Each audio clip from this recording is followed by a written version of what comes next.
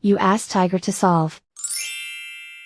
This deals with linear equations with one unknown.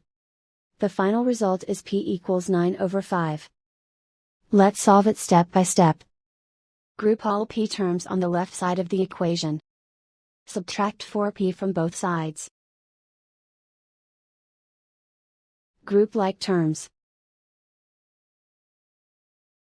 Simplify the arithmetic. Group like terms. Simplify the arithmetic.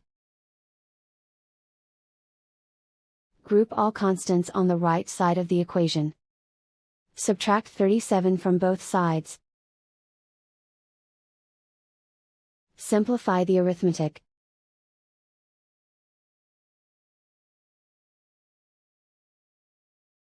Isolate the p.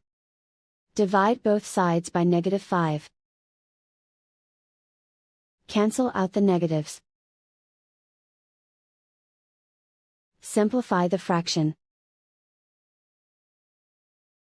Cancel out the negatives. And so the final result is p equals 9/5.